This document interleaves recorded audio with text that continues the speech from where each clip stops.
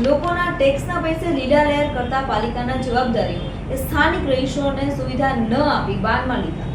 શહેરીજનોના વેરા, લોકોના ટેક્સના પૈસે લીલા લહેર, ઓફિસમાં બેસીને કાગળ ઉપર કાર્યવાહી, સ્થાનિક રહીશોને બાનમાં લેવાના, સ્થાનિકોને અસુવિધાઓ આપવાની, મીડિયામાં અહેવાલ પ્રસિદ્ધ થાય, લોકો અવાજ ઉઠાવે, ત્યારબાદ કામ કરવાથી ટેવાયેલા ધારી નગરપાલિકાના ચીફ ઓફિસર અને નગરપાલિકાના જવાબદાર કર્મચારીઓ। આ ખરી હકીકત જોઈએ તો આ છે ધારી શહેરની મેઇન બજાર, જ્યાં અનેક વેપારીઓની દુકાનો આવેલી છે।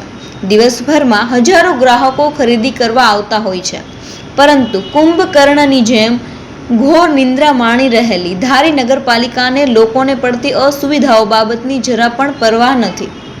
કાગળ ઉપર કામગીરી કરો, મસમોટા બેનરો લગાવો, લોકોને વિકાસના બણગા સંભળાવો, સ્વચ્છ ગુજરાત, રળિયામણું ગુજરાતની જાહેરાત કરવામાં આવે, આ છે ખરી હકીકત।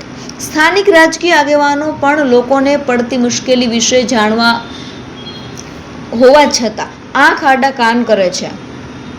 ભાજપ, કોંગ્રેસ કે આમ આદમી પાર્ટીના અનેક રાજકીય આગેવાનોને આગામી ધારી નગરપાલિકાની ચૂંટણી લડવી પણ છે, લોકોની સેવાઓ પણ કરવી છે, પરંતુ જ્યાં સુધી ટિકિટ ના મળે, જ્યાં સુધી ચૂંટણી જીતી ન જાય, જ્યાં સુધી પાલિકાના સદસ્ય ન બને, ત્યાં સુધી શહેરીજનો ભલે આ સુવિધાઓ ભોગવે એવું પણ માની રહેલા છે।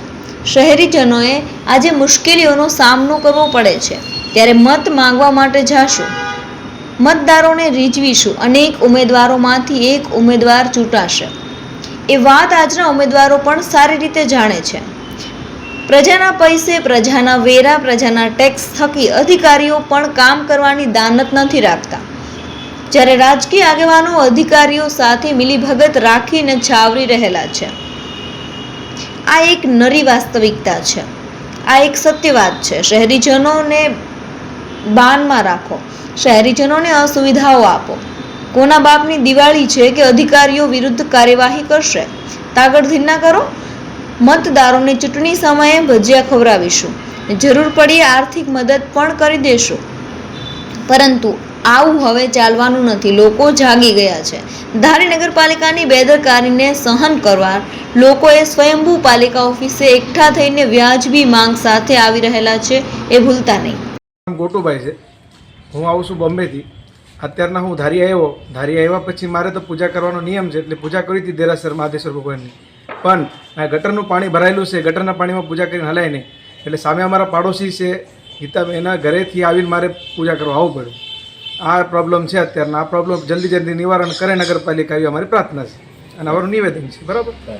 મારું નામ પારસભાઈ પાનસરિયા છે, અમે અહીંયા જ રહીએ છીએ અને આ અમારું જૈન ધર્મનું દેરાસર છે અને અમે અહીંયા જ્યારે પણ આવીએ પૂજા કરવા, હું સવારે આવું છું તો આ પાણીમાંથી ચાલીને જવું પડે છે। વરા સમાજના લોકો અહીંયા રહે છે, એ લોકો મસ્જિદે જાય તો આ પાણીમાંથી ચાલીને જવું પડે છે। આ પ્રશ્ન ઘણા ટાઈમથી છે અને ઘણીવાર અનેકવાર રજૂઆત કરી, આ ભાઈ અરજી પણ કરેલી છે। પાણી તો ન કહેવાય, આ ગટરનું જ પાણી છે। પાણી હોય તો હજી સમજાય, પણ આ ગટરના પાણીમાંથી સવારે પવિત્ર હાલતમાં હોય, દેરાસરે જાતા હોય અને આ ગટરના પાણીમાંથી કેમ પસાર થવું? અને આનો યોગ્ય નિકાલ કોઈ વાતે આવતો નથી। અમારે હવે મસ્જિદે જવું હોય તો આ પ્રશ્નો ઘણા ટાઈમથી છે અમારે, પણ આનું કોઈ નિરાકરણ જ આવતું નથી। અમે કેટલી વખત રજૂઆત કરી છે। કોને રજૂઆત કરી તમે? પંચાયતમાં, આપણે નગરપાલિકામાં કરેલી, આ ભાઈએ તો અરજી પણ આપેલી છે કેટલી વખત, પણ એમ છતાંય કોઈ સાંભળતું નથી અને યોગ્ય કાંઈ નિર્ણય લેવાતો નથી। તમારું નામ શું? હું અલી હુસેન, મારું અહીંયા આલ્ફા કોમ્પ્લેક્સમાં અહીંયા ઘર છે, ત્યાં ગટર ઉભરાય છે। હું 2-3 વાર વારંવાર અરજી કરી આવેલો છું।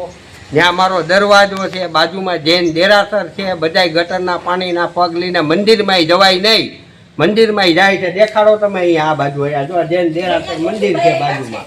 દેરાસર વાળા ભાઈ બોલાવો ને, પારસને બોલાવો।